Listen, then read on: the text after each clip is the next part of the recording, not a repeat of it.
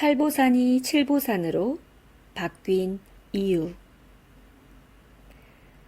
칠보산은 수원의 서쪽을 막아주는 산인데 그리 높은 편은 아니지만 평야 가운데 우뚝 솟아있다.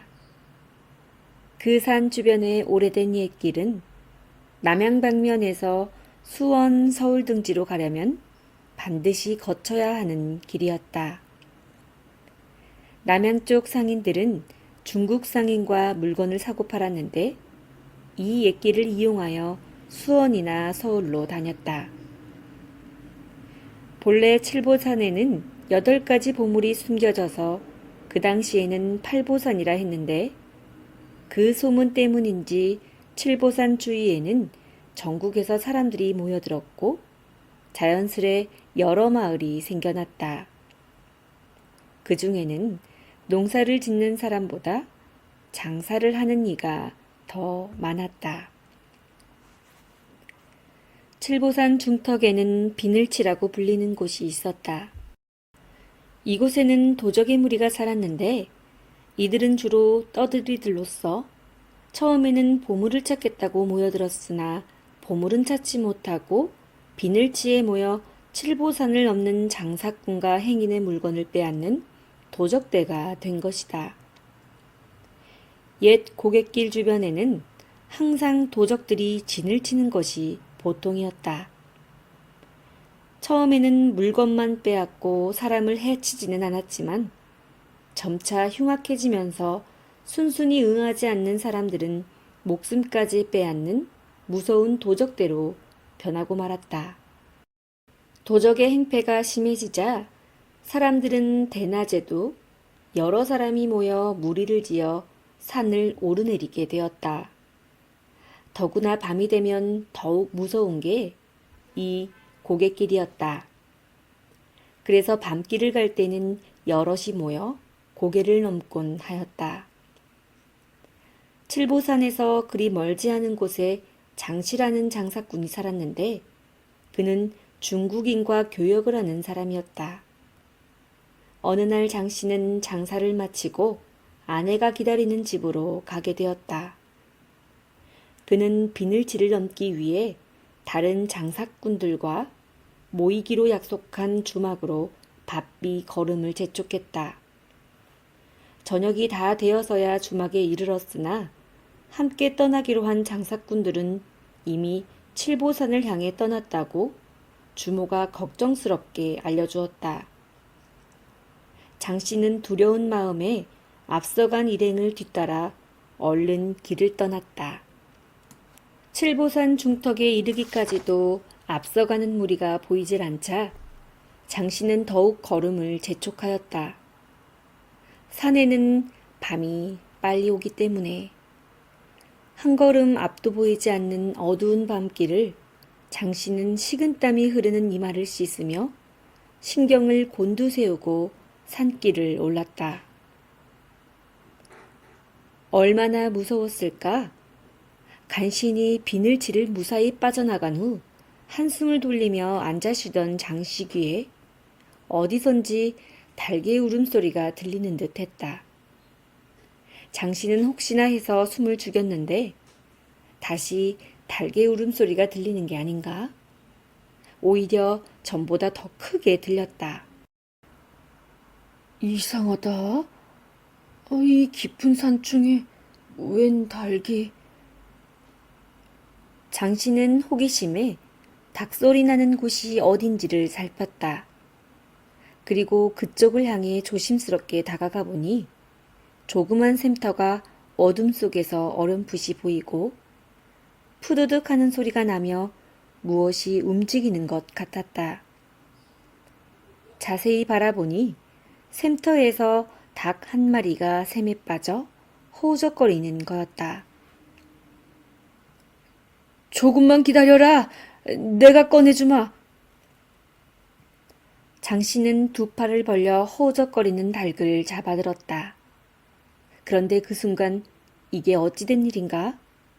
장씨의 손에는 돌처럼 딱딱한 감촉과 함께 눈이 부시도록 환한 금빛에 그만 뒤로 넘어질 듯 깜짝 놀랐다. 그것은 누런 빛이 눈부시게 나는 황금달기였다. 아니, 이럴 수가. 한참 동안 벌린 입을 다물지 못했다. 순간 장씨는 이것이 팔보산의 8가지 보물 중 하나가 아닌가 하는 생각이 들었다. 이건 틀림없이 황금달그룹 팔보산 보물 가운데 하나가 확실해. 장씨는 두근거리는 가슴을 억누르며 주위를 살폈다. 높이 솟아오른 달빛만이 어두운 산을 비출 뿐 인적이라고는 찾아볼 수 없었다. 장씨는 얼른 황금달글 보자기에 싸 옆구리에 꼭 끼고 가던 길을 재촉했다. 한참 가다 보니 멀리 주막에서 새어나오는 불빛이 보였다. 옳지, 오늘은 저곳에서 하룻밤 묵고 가야지. 장씨는 가끔 늦으면 머물던 주막집을 향해 걸음을 옮겼다. 주모에게 밥을 달라고 해서 먹은 뒤 잠자리를 찾았다. 늘 오는 손님인지라 주모는 한적한 구석방을 내주었다. 자리를 펴고 누워 잠을 청하지만 잠이 오겠는가? 보자기에 싸가지고 온 황금달기 자꾸만 눈앞에 어른거렸다. 진짜로 황금달기인가? 그렇다면 나는 이제 장사를 하지 않아도 되고 우리 집은 부자가 되는 것 아닌가? 이 황금달글 팔아서 제일 먼저 무엇을 살까? 커다란 기와집을 짓고 좋은 비단으로 옷을 지어 입으며 세상에서 가장 맛 좋은 음식으로 배를 채워야지. 그동안 고생만 시킨 마누라에게 보석도 사줘야지. 생각은 하늘로 붕붕 날았다. 금방이라도 그 꿈이 이루어지는 것만 같았다. 그러나 그럴수록 황금달기 더 보고 싶어졌다. 혹시 아까는 어두운 산에서 본 것이라 잘못 본 건 아닐까? 밝은 곳에서 자세히 보고 싶은 호기심에 도저히 잠을 이룰 수가 없었다. 더구나 이 방에는 나밖에 아무도 없지 않은가? 장씨는 조심스럽게 불을 밝히고 보자기를 풀었다. 그것은 달개 모양을 한 황금달기 분명했다. 장씨는 혹시 꿈이 아닌가 하여 일부러 허벅지를 힘껏 꼬집어 보았다. 엄청나게 아픈 것을 보아 꿈이 아닌 생시가 틀림없었다. 그런데 바로 이때 주모가 장씨 방을 몰래 엿보게 되었다. 주모는 본래 비늘치 도적과 한패거리였다. 주막을 찾은 손님 가운데 돈이 많은 기미가 보이면 횃불로 신호를 보내 도적들을 불렀다. 그러면 도적들이 들어와 돈이나 값진 물건들을 빼앗았고 주모에게 조금씩 나눠주곤 하였다. 그런데 주모가 장씨의 방을 엿본 순간 밖에서 왁자지껄하는 소리와 함께 한 패거리가 주막 안으로 들이닥쳤다. 그 패거리는 바로 비늘치 도적패로 큰 수확이 없자 홧김에 목이나 축일 생각으로 주막을 찾은 것이다. 장씨는 아무것도 모른 채 황금달글 쓰다듬으며 기쁨을 참지 못하는 순간이었다. 이 더러워서 이젠 도적질도 못 해먹겠다. 주모! 여기 술이나 좀 주구려. 두목인 듯한 놈이 소리를 버럭 질렀다. 그러자 주모는 잽싸게 두목을 끌고 방으로 들어갔다. 왜 이래? 술은 안 주고. 글쎄 가만히 좀 있어 보구려. 주모는 숨을 죽이며 장씨의 황금달글 엿본 대로 일러주었다. 두목은 그게 정말이야? 하며 다그쳐 물었다. 주모는 제발 조용히 하라고 손으로 두목의 입을 막았다. 두목은 알았다는 듯이 고개를 끄덕이고는 밖으로 나와 다른 패거리가 모르게 장씨가 묵고 있는 방을 향해 발소리를 죽이며 다가갔다. 한편 장씨는 황금달글 들여다보다가 떠드는 소리에 얼른 보자기에 싼 후 조심스레 밖의 동정을 살피는데 도적질도 못해 먹겠다는 소리에 도적패가 틀림없다는 생각이 들자 짐을 챙겨 재빠르게 뒷문으로 빠져나갔다. 그런 줄도 모르고 두목은 칼을 빼들고 방문을 힘껏 제쳤다. 방 안을 들여다보니 장씨는 보이지 않고 등잔불만 바람에 가물거리고 뒷문이 열린 채로 있었다. 두목은 패거리를 불러 주막 안팎을 샅샅이 뒤졌으나 황금달글 가진 장씨를 찾지 못했다. 실망한 무리들은 밤이 깊어 찾지 못함을 억울하게 생각하며 내일 날이 밝는 대로 찾기로 하고 술을 마시기 시작했다. 주막을 무사히 빠져나온 장씨는 허겁지겁 발걸음을 재촉해 새벽녘에야 집에 도착했다. 장씨는 그의 아내에게 지난밤에 겪었던 일을 얘기했다.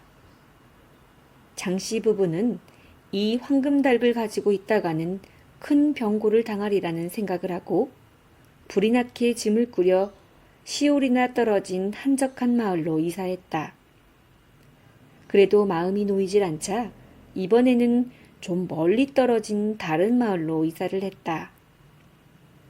그런데 황금달글 손에 넣은 장씨는 왠지 마음이 불안하고 장사도 제대로 할 수가 없었다.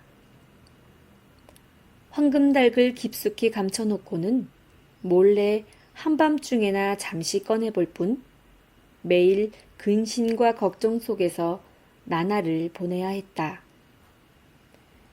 차라리 황금달글 중국 상인에게 팔아버리지요. 부인은 걱정스레 얘기했지만 장씨는 힘겹게 얻은 보물을 팔 수 없다며 극구 반대하였다. 그러던 어느 날 장에 나가 물건을 팔던 중 비늘치 도적들이 장씨라는 사람을 찾는다는 소리를 듣게 되었다. 그는 장사를 하다 말고 부랴부랴 집으로 달려갔다. 부인의 말대로 황금달글 중국 상인에게 팔아야겠다는 마음을 먹고 집에 도착해 보니 집안은 온통 아수라장이 된 채 부인이 울상이 되어 있었다.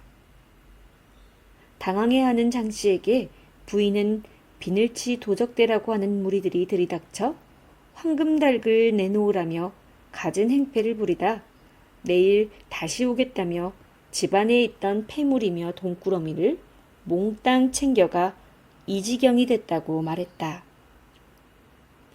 아무래도 안 되겠다 싶어 장씨 부부는 황금달글 챙겨 산길로 달아나기 시작했다. 한참을 뛰는데 갑자기 앞에서 여러 명의 도적 무리들이 길을 막았다. 비늘치 도적들은 장씨가 그 길로 도망칠 것을 미리 알고 길목을 지켰던 것이다. 자, 어서 황금닭을 내놓으시지. 도둑들이 칼을 빼들고 위협을 하자 장씨의 아내는 빨리 내놓으라고 눈짓을 했지만 장씨는 황금달을 꼭 부둥켜 안은 채 도적들을 향해 소리를 질렀다. 천하의 못된 놈들, 만약 내 놈들이 이 물건에 손을 댄다면 하늘이 가만두지 않을 것이다. 순간 장씨는 도적이 휘두른 칼에 쓰러졌다. 부인이 달려들자 부인도 그 자리에서 칼을 맞아 쓰러졌다. 도적들은 달려들어 장씨가 부둥켜 안은 황금닭을 내려다보았다. 도적들은 큰 횡재를 만났다고 떠들어댔다.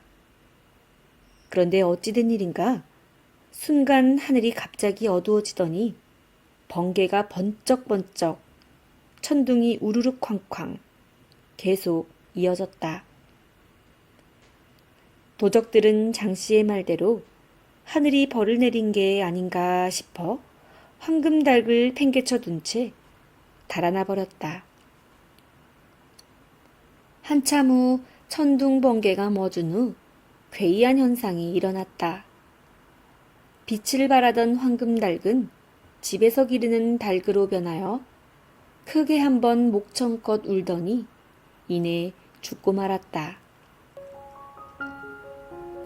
후에 사람들은 팔보산 보물 중 황계가 부정을 타 없어지고 말았다며 산신제를 올려 신의 노여움을 풀어야 한다고 임을 모았다. 그 후로는 매년 흉년이 들어 인심이 흉흉하고 병이 나돌아 죽는 이가 많았다.